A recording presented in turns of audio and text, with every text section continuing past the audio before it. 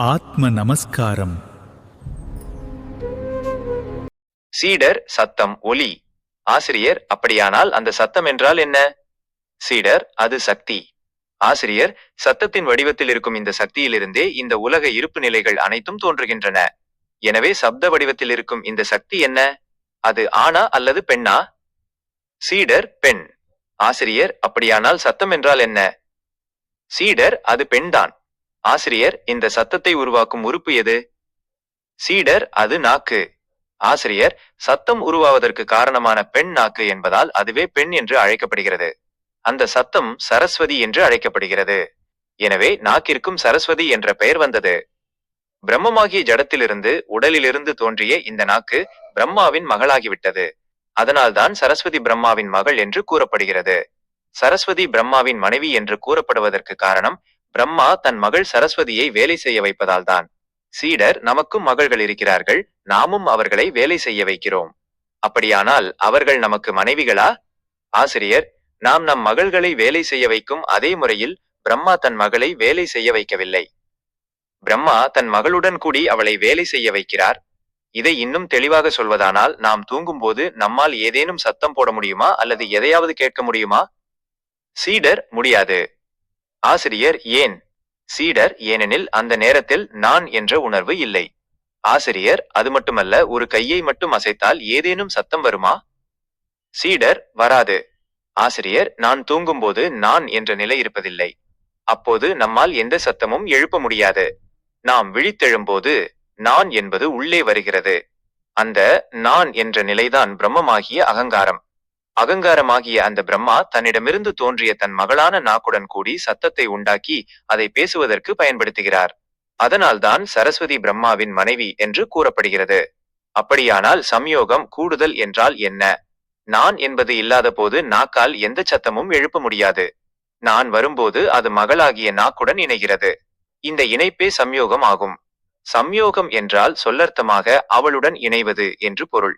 எனவே நான் என்ற அகங்காரம் நாக்குடன் இணைந்து அதை மேலும் கீழுமாக அசைத்து சத்தத்தை உருவாக்குகிறது. அதன் மூலம் பேச்சு என்ற செயல் உருவாகிறது. அதனால்தான் சரஸ்வதி பிரம்மாவின் மனைவி என்று கூறப்படுகிறது.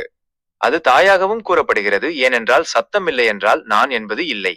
நாம் தூங்கும்போது நம்மால் எந்த சத்தமும் செய்ய முடியாது, கேட்கவும் முடியாது. சத்தம் வரும்போதுதான் நாம் விழிக்கிறோம். அப்போதுதான் நான் என்ற நிலை உருவாகிறது. அது எங்கிருந்து வருகிறது? சீடர் சத்தத்திலிருந்து. ஆசிரியர் சத்தம் என்ற ஒலியிலிருந்து நான் வந்தபோது அந்த சத்தம் எனக்கு யார்? சீடர் தாய். ஆசிரியர் அதனால்தான் சரஸ்வதி பிரம்மாவின் தாய் என்று கூறப்படுகிறது. சரஸ்வதி பிரம்மாவின் சகோதரி என்று சொல்வதற்கு காரணம் இதுதான். சப்தத்திலிருந்து முதலில் நான் தோன்றியது. அதன் பிறகு சத்தம் வந்தது. எனவே நான் சத்தத்திற்கு முன்பே வந்தது. பின்னர் பெண் வடிவமான சத்தம் ஆன்மாவிலிருந்து செல்ஃப் தோன்றியது. எனவே முதலில் நான் வந்தது, அதன் பிறகு பெண் வடிவமான சத்தம் ஆன்மாவிலிருந்து தோன்றியது. எனவே நான் முதலிலும் அதன் பிறகு பெண் வடிவமான சத்தமும் வந்ததால் ஒன்றாக தோன்றியதால் அது சகோதரியாகிறது. அதனால்தான் சரஸ்வதி பிரம்மாவின் சகோதரி என்று கூறப்படுகிறது.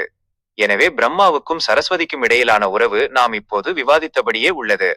இதுதான் வேதங்களிலும் சாஸ்திரங்களிலும் கூறப்பட்டுள்ள உண்மை. இவற்றின் உண்மையை அறியாமல் அறியாமையை வெளிப்படுத்தி மக்கள் தங்களை முதன்மையானவர்களாக காட்டிக்கொள்ள ஒருவரோடொருவர் சண்டையிட்டுக் கொண்டு சம்பந்தமில்லாத விஷயங்களை பேசுகிறார்கள். எனவே பிரம்மா மற்றும் சரஸ்வதியின் தோற்றம் நாம் விவாதித்தபடியே உள்ளது. அதாவது அந்த தோற்றம் மனதிலிருந்துதான் ஏற்படுகிறது. அந்த மனமே விஷ்ணு. அந்த விஷ்ணுவிலிருந்துதான் உலகம் தோன்றியது. மனமாகி அந்த விஷ்ணுவே பிரபஞ்சத்தை ஆளுகிறார். எனவே விஷ்ணுவுக்கு விஸ்வம்பரன், இந்த பிரபஞ்சத்தை ஆளுபவன் என்ற பெயர் வந்தது.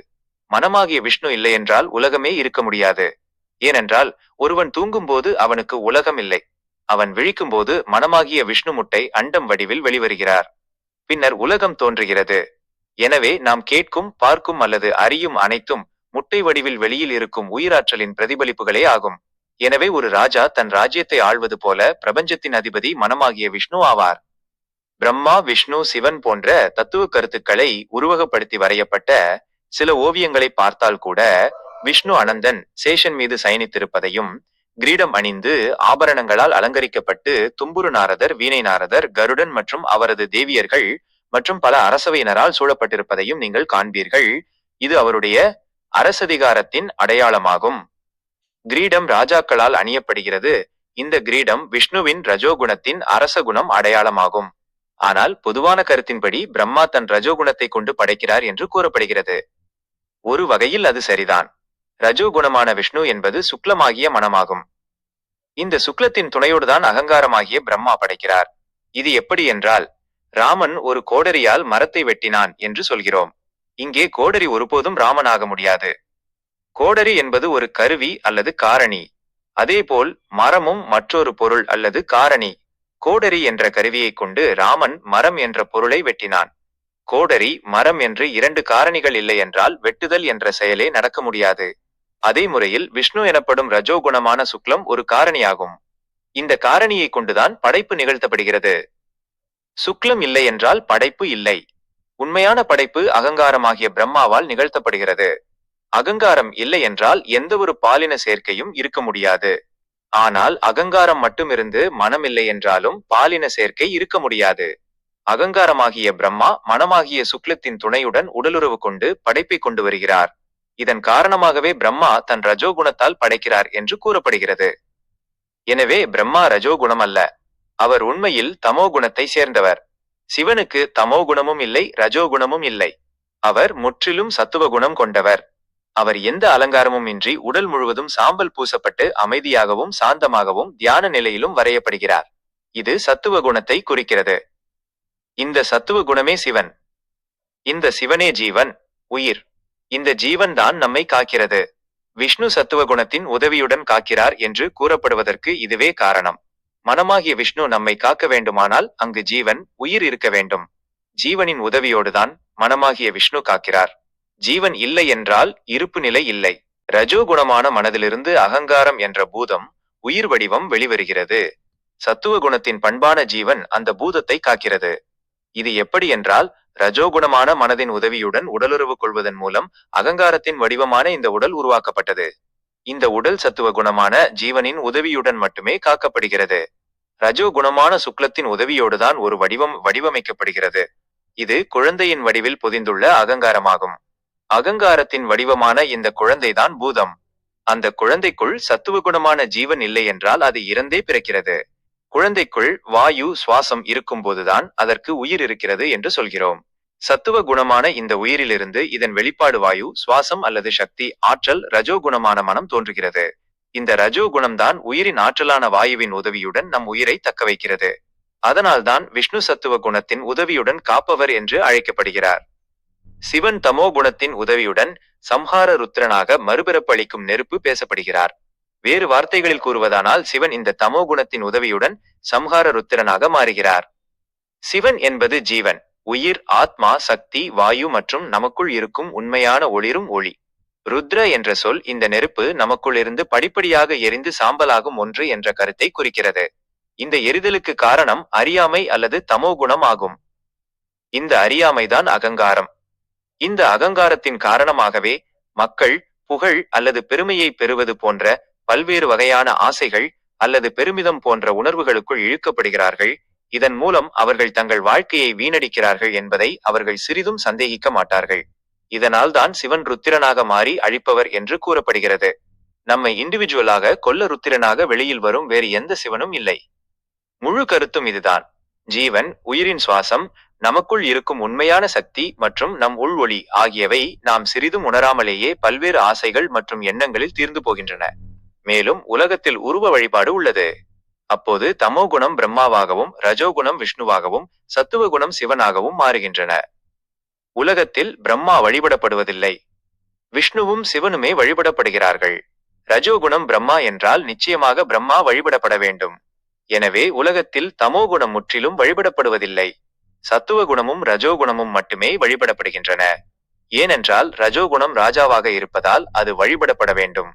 ராஜா காப்பவர், எனவே அப்படிப்பட்ட ராஜா வழிபடப்படுகிறார். சத்துவ குணம் கொண்டவர்கள் சத்துவ குணம் கொண்டவர்களுடன் மட்டுமே இருக்கிறார்கள். ரஜோ மற்றும் தமோ குணங்களை கைவிடுகிறார்கள். அவர்கள் உலகத்தின் ஆசிரியர்கள். அவர்கள் ராஜாக்கள் மற்றும் தமோ குணம் கொண்டவர்கள் உட்பட அனைத்து மக்களாலும் வழிபடப்படுகிறார்கள். இதன் அடிப்படையில்தான் உலகத்தில் வழிபாடு அமைந்துள்ளது. விஷ்ணு கோவிலில் சிலை எவ்வாறு வழிபடப்படுகிறது? சீடர் சிலைக்கு அபிஷேகம் செய்யப்பட்டு பீதாம்பரம் மஞ்சள் ஆடை உடுத்தப்பட்டு நறுமணப் பொருட்கள் பூசப்பட்டு ஆபரணங்களால் அலங்கரிக்கப்பட்டு கிரீடம் சூட்டப்பட்டு பின்னர் மலர்களால் வழிபடப்படுகிறது. ஆசிரியர் இவை அனைத்தும் என்ன? சீடர் அவை ரஜோ குணத்தை குறிக்கும் அலங்காரங்கள். ஆசிரியர் அப்படியானால் விஷ்ணு என்னவாக வழிபடப்படுகிறார்? சீடர் ரஜோ குணமாக. ஆசிரியர் அப்படியானால் ரஜோகுணம் என்றால் என்ன? சீடர் விஷ்ணு. ஆசிரியர் சிவன் கோவில்களில் சிவலிங்கம் எவ்வாறு வழிபடப்படுகிறது? சீடர் அபிஷேகம் மிக முக்கியமானது. காசி கோகர்ணம் போன்ற இடங்களிலுள்ள கோவில்களிலுள்ள சிலைகளுக்கு அபிஷேகமே மிக முக்கியமான அம்சமாகும். தவிர கோகர்ணத்தில் சிவலிங்கத்தின் உச்சியில் தண்ணீர் நிரப்பப்பட்ட ஒரு படகு பாத்திரம் தொங்கவிடப்பட்டுள்ளது. அதிலிருந்து எப்போதும் சிறிய துளிகளாக சிவலிங்கத்தின் மீது தண்ணீர் விழுகிறது. பெரும்பாலான கோவில்களில் இதுபோல தண்ணீர் நிரப்பப்பட்ட பாத்திரம் தொங்கவிடப்பட்டிருக்கும். எனவே சிவலிங்கத்திற்கு எது முக்கியம்? சீடர் அபிஷேகம். ஆசிரியர் அதன் மீது எப்போதும் தண்ணீர் விழுந்தால் அதை அலங்கரிக்க முடியுமா? சீடர் முடியாது. ஆசிரியர் மேலே கூறியபடி அதற்கு எப்போதும் அபிஷேகம் செய்யப்பட்டால் அதன் மீது ஏதேனும் அழுக்கு அல்லது அசுத்தம் இருக்குமா? சீடர் இருக்காது. ஆசிரியர் அசுத்தம் அல்லது அழுக்கு இல்லாமல் இருப்பதும் எந்த அலங்காரமும் இல்லாமல் இருப்பதும் எந்த குணத்தை சேர்ந்தது? சீடர் சத்துவ குணம். ஆசிரியர் அப்படியானால் சிவன் என்ன குணம்? சீடர் தூய சத்துவ குணம். ஆசிரியர் எனவே சிவன் சத்துவ குணம் என்றும் விஷ்ணு ரஜோகுணம் என்றும் தெளிவாகிறது. பிரம்மா என்பது ரஜோகுணத்திலிருந்து தோன்றிய அகங்காரமாகிய தமோகுணம் ஆகும். எனவே உலகத்தில் சத்துவ குணமான சிவனும் ரஜோகுணமான விஷ்ணுவும் மட்டுமே வழிபடப்படுகிறார்கள்.